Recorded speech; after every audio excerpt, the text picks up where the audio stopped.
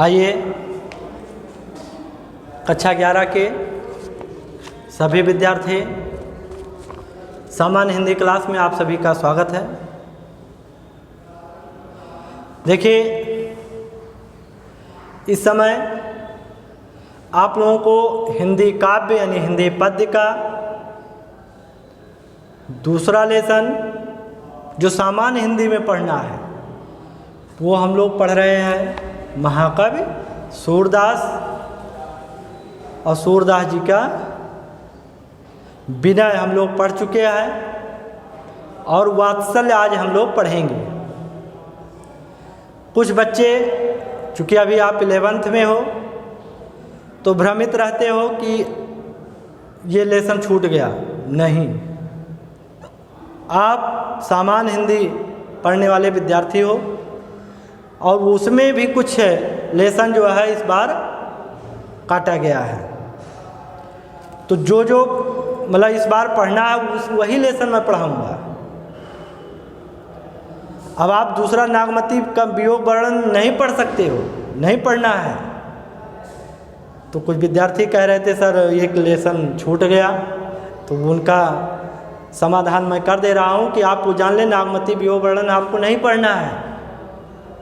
किताब में तो है आपके, लेकिन वो आपको नहीं पढ़ना, वो तो आर्ट के विद्यार्थियों को पढ़ना रहता है, जो आर्ट पढ़ने वाले विद्यार्थी होते हैं। ठीक है, आइए तो हम लोग जो है अब महाकवि सूरदास जी का वात्सल्य पढ़ने चल रहे हैं। ठीक है, एक काम आप जरूर, ये क्वेश्चन जरूर आपके दिमाग में चल रहा होगा कि सगुण भक्ति काव्य धारा के कृष्ण भक्त शाखा के सबसे प्रमुख कवि महाकवि सूरदास जी हैं और इन्होंने पहले विनय यानी विनती किया भगवान श्री कृष्ण से, अपने आराध्य देव से, और दूसरे में ये आपने लिखा है वात्सल्य। देखिए, वात्सल्य होता है माता का भाव, ममता। इसमें श्री कृष्ण के बाल सौंदर्य का वर्णन किया गया है और बाल सौंदर्य का वर्णन जितना बढ़िया महाकवि सूरदास जी ने किया है वो समझ लीजिए अन्य कोई आप जानते ही हैं। तो महाकवि सूरदास जी ने इसमें भगवान श्री कृष्ण की बाल सौंदर्यता का वर्णन करते हुए कह रहे हैं, क्या कह रहे हैं ये देखते हैं कि हरिजू की बाल छवि को हो बारानी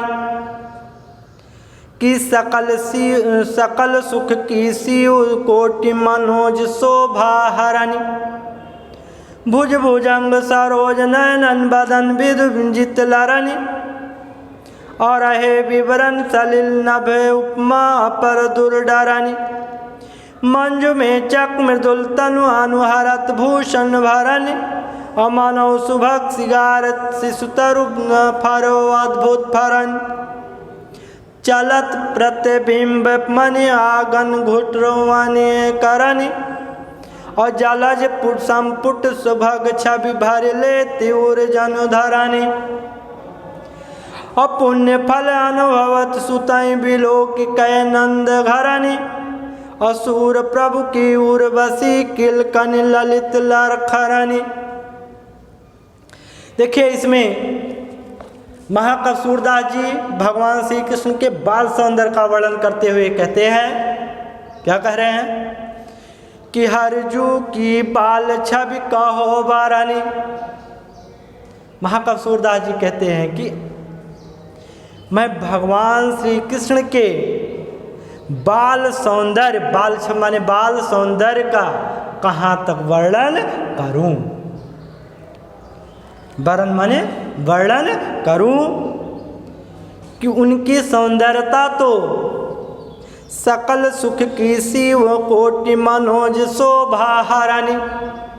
उनकी सौंदर्यता तो सकल माने समस्त सुखों की शिव माने सीमा है। उनकी सौंदर्यता तो समस्त सुखों की सीमा है। अकोटि मनोज शोभा हरण, जो करोड़, कोट माने करोड़ों, मनोज माने कामदेव, और शोभा माने शोभा, हरण माने हरने वाले, जो करोड़ों कामदेवों की शोभा को हरने वाली है। करोड़, एक दो कामदेव नहीं, करोड़ों कामदेव। इस समय आप अगर किस लीला देख रहे होंगे तो बड़ा बढ़िया प्रसंग चल रहा है। दूरदर्शन पर आप देख रहे होंगे, जब किस लीला आप देख रहे होंगे तो उसमें बड़ा बढ़िया प्रसंग चल रहा है इस समय। क्या कि कामदेव, वही कामदेव जो देवताओं में बहुत सुंदर, और कामदेव आप देखे होंगे कि भगवान शंकर को तपस्या को भंग करने गए थे और भस्म कर दिए गए, है ना। और वही कामदेव इस समय किस रूप में, ने भगवान श्री कृष्ण के पुत्र के रूप में जन्म लिए हैं। उनका नाम क्या पड़ा हुआ है? प्रद्युम्न। और प्रद्युम्न इस समय युद्ध कर रहे हैं, किससे? सम्रासुर, कुंभकेतु, सबको मार रहे हैं इस समय, है ना। तो वही कामदेव, उन्हीं कामदेव की बात कर रहे हैं कि सकल सुख की शिव कोटि मनोज शोभा हरणी, कि सकल सुख, उनकी सौंदर्यता तो समस्त सुखों की सीमा है, जो करोड़ों कामदेवों की शोभा को हरने वाली है। भुज भुजंग सरोज नयनन बदन विदुजित लरानी, उनकी सौंदर्यता तो, उनकी सौंदर्यता तो, सौंदर्यता भुज भुजंगी, उनकी सौंदर्यता में उनकी भुजा सर्प को, भुजंग माने सर्प, उनकी सौंदर्यता में उनकी जो भुजा है वो सर्प को, नेत्र, नयनन माने नेत्र, नेत्र कमल को, अब बदन यानी मुख चंद्रमा को, बदन माने मुख और विधु माने चंद्रमा, मुख चंद्रमा को जीत ले रहा है।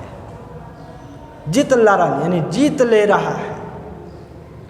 और रहे विवरण सलिल नव उपमा पर दुर्डरन, वे क्रमशः, बोले वो सौंदर्यता क्रमशः, उन सौंदर्यता से क्रमशः सर्प बिल में, विवरण माने बिल,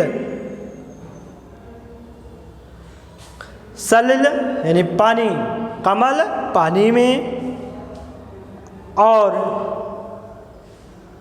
है ना, और चंद्रमा आकाश में भयभीत होकर, ये सभी उपमाएं भयभीत होकर छिप जा रही हैं। आकाश में ये सभी उपमाएं भयभीत होकर छिप जा रही हैं। कि मंजु में चक मृदुल तनु अनुहरत भूषण भारानी, और क्या कह रहे हैं कि मंजु में चक मृदुल तनु, श्री कृष्ण के शरीर, तनु माने शरीर, श्री कृष्ण के शरीर, श्री कृष्ण का शरीर मंजु माने सुंदर, मेचक माने सांवला, मृदुल माने कोमल। तो श्री कृष्ण का शरीर सुंदर, सांवला, कोमल, है ना, कोमल है, और उस पर अनुहरत भूषण भरण, और उस पर अनेक प्रकार के आभूषण, और उस पर अनेक प्रकार के आभूषण धारण किए हुए हैं, उस पर अनेक प्रकार के आभूषण धारण किए हुए हैं। और वे आभूषण ऐसे लग रहे हैं मनो यानी मानो सुभग सिगार शिशु तरुफरो अद्भुत फरन, वे आभूषण ऐसे लग रहे हैं मनो माने मानो, सुंदर श्रृंगार, श्रृंगार माने श्रृंगार का छोटा बाल वृक्ष, तरु माने वृक्ष, शिशु माने बाल, कि सुंदर श्रृंगार का छोटा वृक्ष, फरो अद्भुत फरन, अद्भुत फलों से लदा हुआ। छोटा बाल वृक्ष क्या है? अद्भुत फलों से लदा हुआ हो। और चलत पद प्रतिबिंब मनियागन घुटरुवन करन।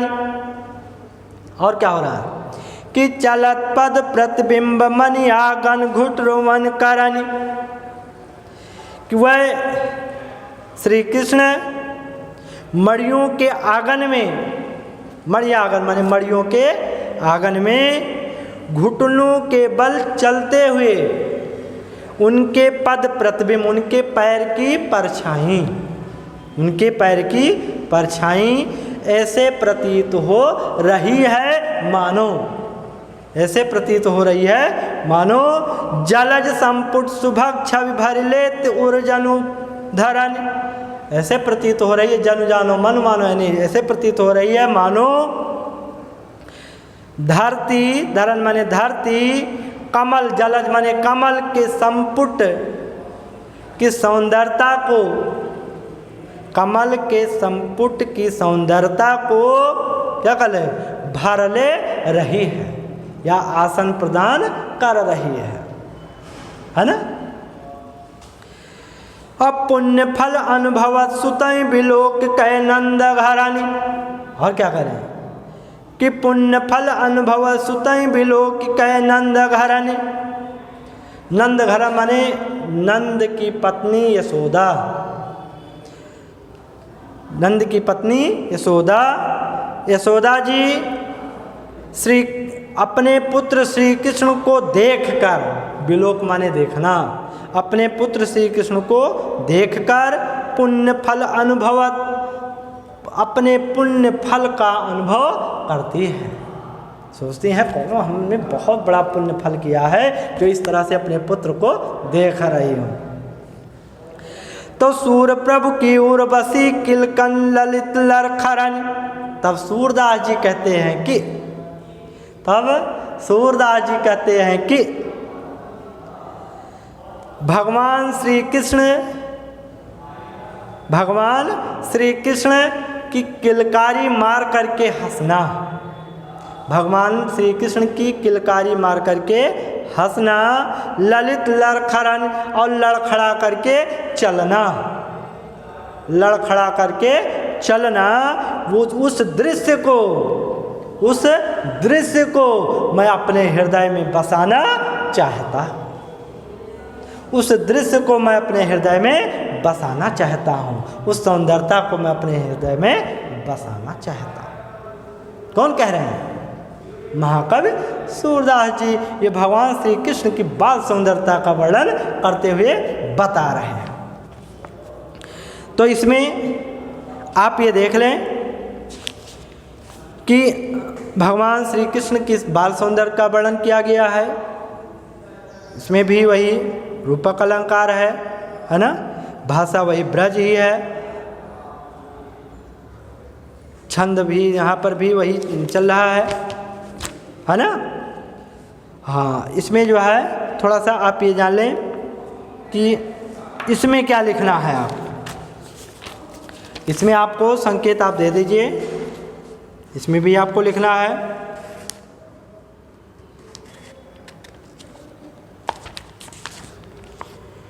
इसमें आपको लिखना है, संकेत आप पहले दे दीजिए, हर जू की बाल छब से लेकर डह डह डस ललित लरखरन, ये हो जाएगा। इसके बाद आप प्रश्न लिखिएगा। पहला प्रश्न है, इस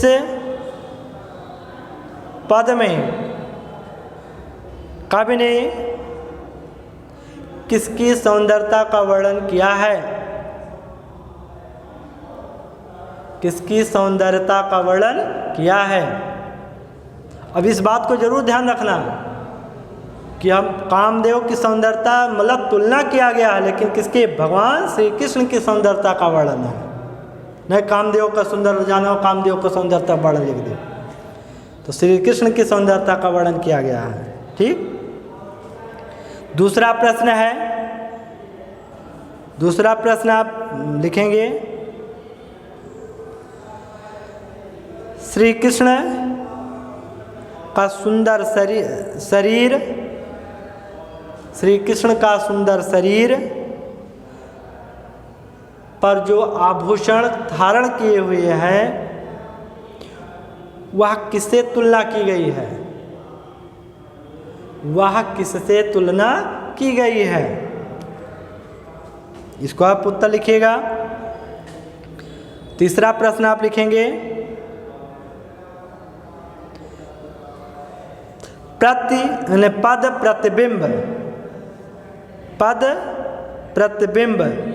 पद प्रतिबिंब में कौन सा अलंकार है। पद प्रतिबिंब डैश लगा है ना, तो समझ जाइए है कौन सा अलंकार है, तो इसको लिखिएगा। बाकी रेखांकित कर लीजिए। चौथा आपका रेखांकित आपको लिखना रहेगा। रेखांकित में आप अंतिम की दोनों लाइनें कि पुण्य फल अनुभव सुतई विलोक कै नंद घरन, असुर प्रभु की ओर बसी किलकन ललित लर खरन। ये जो है अंडरलाइन कर लेंगे, इसकी व्याख्या आप लिखेंगे।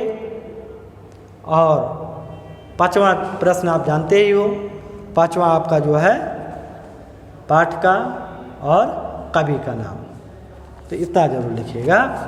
और ये लिखने के बाद ये ज़रूर आप व्हाट्सएप पे डालोगे कि हाँ हमने इसको लिख लिया है और कंप्लीट कर लिया है, ये होमवर्क हमने कंप्लीट किया है। ठीक है, क्योंकि समय जो है बड़ी द्रुत गति से निकलता जा रहा है, तो समय के साथ हम लोगों को चलना होगा। अगर आप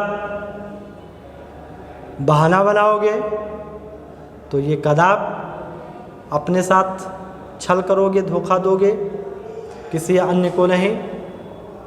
इसलिए मैं आपको केवल इतना ही बताना चाहूँगा कि जो आपको पढ़ाया जा रहा है वो ईमानदारी से ज़रूर उसको पढ़ें और लिखें। ठीक है, अगले दिन फिर हम आपको आगे और पढ़ाएंगे। ठीक है, ओके, धन्यवाद।